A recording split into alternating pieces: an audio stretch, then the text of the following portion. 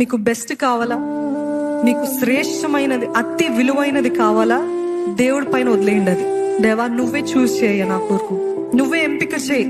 నేను చూస్ చేసుకోవడం కాదు, నేను కోరుకోవడం కాదు, నాకు ఈ వ్యక్తి లేకపోతే నాకు ఈ ఉద్యోగం లేకపోతే నాకు ఇదే కావాలని నేను కోరుకోవడం కాదయ్యా, నీ చిత్తమే నెరవేర్చబడును గాక అని చెప్పగలిగిన స్థితి ఉందండి. అవును, ఆయన చాలా మంది ఆరాట పడుతున్నారు, వేచి ఉండే సమయంలో ఉన్నారు. పదే పదే దేవుడు అదే చెప్తున్నాడు. చాలా మంది మీలో వేచి ఉండే సమయంలో ఉన్నారు. You are in the waiting season and God's silence season. అవునా కదా? దేవుడు ఎందుకు మౌనంగా ఉన్నాడు? దేవుడు నన్ను ఇంకెందుకు ఇంతకాలం వేచి ఉండమంటున్నాడు? నాకు అర్థం కావట్లేదు అని డిస్కరేజ్మెంట్ వచ్చేస్తుంది.